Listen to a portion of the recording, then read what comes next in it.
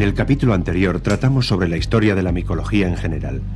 Hoy hablaremos del ciclo de vida de los hongos y de sus formas de alimentación, a través de las cuales se pueden clasificar estas plantas en tres categorías.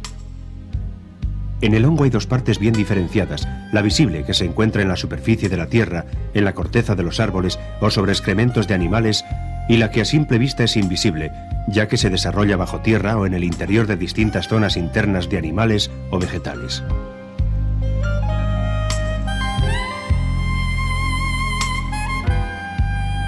La primera parte es la que conocemos comúnmente por seta y botánicamente por carpóforo, y la segunda es la que está constituida por filamentos o hifas, siendo el conjunto de estas hifas lo que constituye el llamado micelio o aparato vegetativo de la planta. Así podemos decir que el micelio es en realidad el verdadero hongo que nace, crece, se reproduce y muere.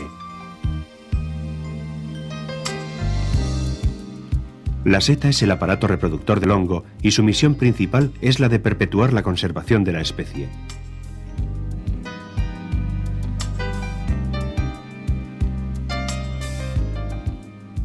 La seta lleva las esporas que al madurar y desprenderse dan lugar a nuevos hongos. El ciclo de la vida de un hongo comienza con el nacimiento del micelio al desprenderse y germinar la espora.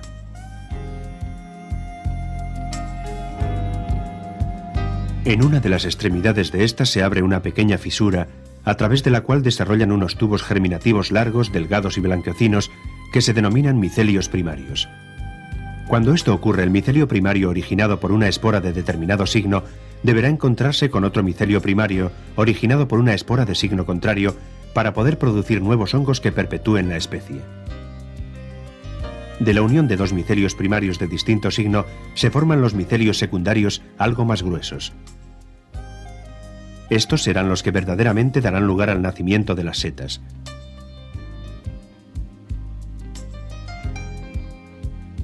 Los micelios primarios y secundarios están formados por las hifas, y el conjunto de hifas es el micelio.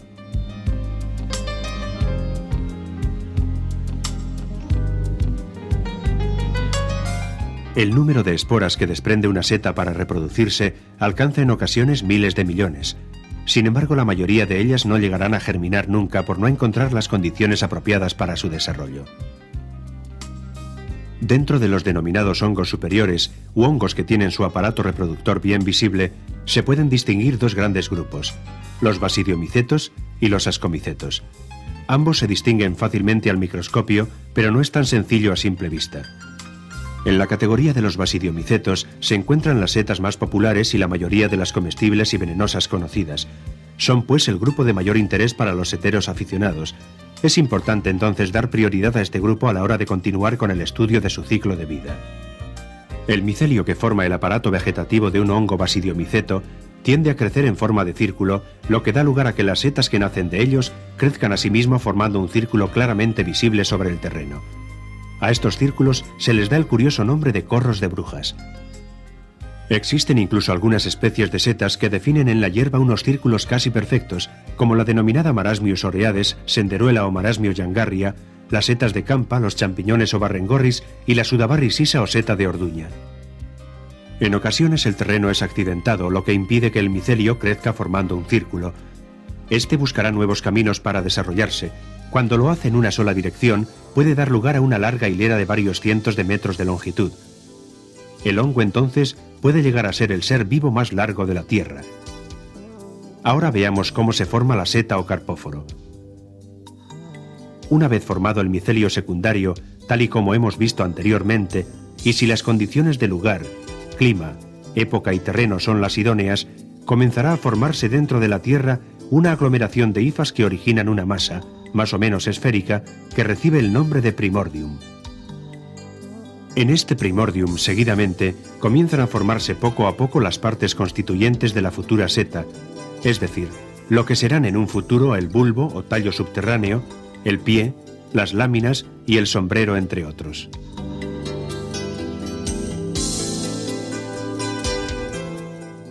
Posteriormente, este huevo aflora a la superficie de la Tierra. El llamado velo general, o paredes del huevo, se rompe al no estar sometido a la presión del terreno y de este modo nace la seta, como un pollito al romper la cáscara.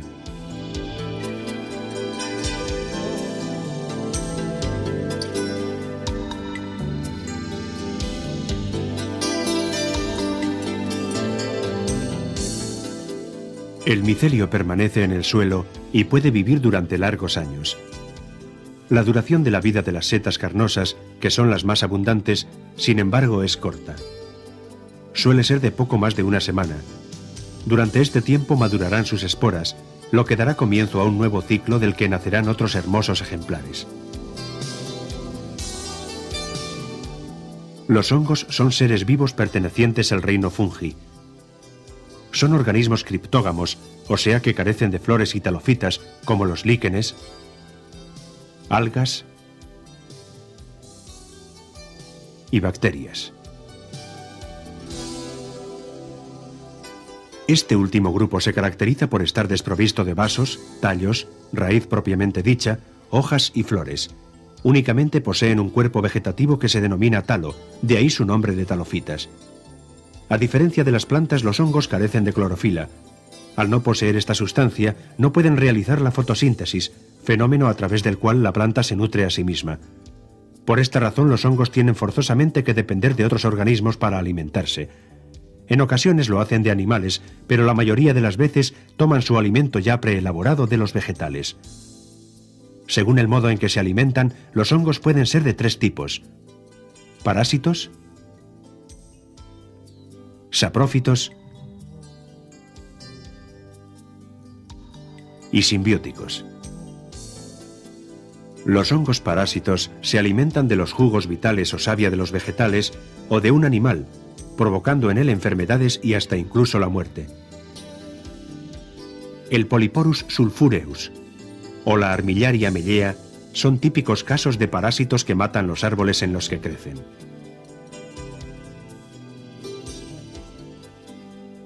Las esporas de estos hongos se introducen en los árboles a través de alguna fisura producida por la rotura de una rama o por la mordedura de algún roedor.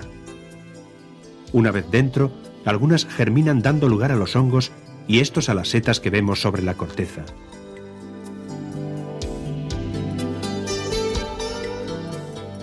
Muerto el árbol, muere también el parásito que lo mató por faltarle el alimento. Pero la naturaleza es sabia. Existen otros hongos, los llamados saprófitos, que vienen a sustituir a los primeros invasores. Los hongos saprófitos se alimentan de la materia orgánica muerta, provocando su descomposición. Estos hongos desempeñan un importante papel en lo que respecta al reciclaje de la materia, ya que convierten estos desechos inservibles y perniciosos en agua, sales minerales y otros gases y compuestos que hacen más fértil la tierra. De este modo contribuyen a crear el mantillo o humus que alfombra muchos bosques. Los hongos saprófitos contribuyen a liberar estos espacios y a hacerlos más transitables. Dentro de este tipo de hongos se encuentran aquellos que ayudan al proceso de elaboración de alimentos que requieren fermentación, como las bebidas alcohólicas y algunos quesos. También son de destacar los aplicados al campo de la medicina, como la penicilina, entre otros. La simbiosis es una forma de vida muy común en los hongos y podría definirse como una alianza o ayuda mutua entre un hongo y otro ser del reino vegetal. El hongo toma de ella su alimento que necesita para vivir, pero le proporciona un beneficio a cambio. Una manifestación simbiótica muy conocida es el denominado proceso de micorrización. Se llama así a la asociación de un hongo con la raíz de un árbol o arbusto. En esta asociación el hongo recibe de la planta su alimento orgánico, pero le compensa haciendo que ésta asimile sus alimentos inorgánicos con mayor facilidad. Las raíces de los árboles y arbustos tienen en sus extremos unas raicillas, y estas a su vez se ramifican en unos pelillos cortos llamados pelos absorbentes.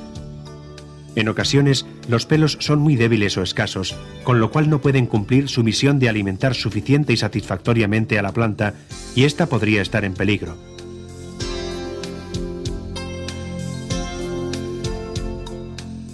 Es aquí donde el hongo prestará sus servicios, compensando el favor de la planta.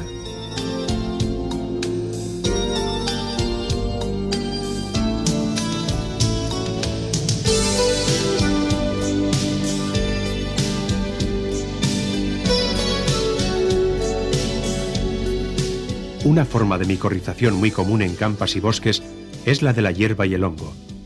En esta asociación el hongo recibe de la hierba su alimento y le compensa suministrándole nitrógeno. Con el nitrógeno se forman los nitratos y nitritos que sirven a la hierba como un eficaz abono. Esta crecerá entonces con más fuerza y vigor y su coloración será de un verde más oscuro y brillante. Este crecimiento acelerado produce sin embargo un envejecimiento prematuro de la hierba por lo que se volverá algo más amarillenta que el resto que está a su alrededor. Este factor, la diferencia de color de la hierba, nos indicará que debajo de aquellas hierbas vive un hongo, y si el hongo ha fructificado, sabremos que podremos disfrutar recolectando unas buenas setas como las setas de orduña o udabarri sisas. El líquen es la simbiosis entre un alga y un hongo. En lugares tan inhóspitos como las inmensas llanuras próximas al círculo polar ártico, los líquenes son en ocasiones los únicos alimentos que pueden encontrar los renos. Curiosamente, la gran resistencia de esta planta a los fríos heladores de estas regiones es gracias a los hongos. No aconsejamos a los aficionados seteros desplazarse a tan recónditos lugares en busca de hongos, ya que mucho más cerca de lo que ellos piensan pueden encontrar cientos de interesantes variedades.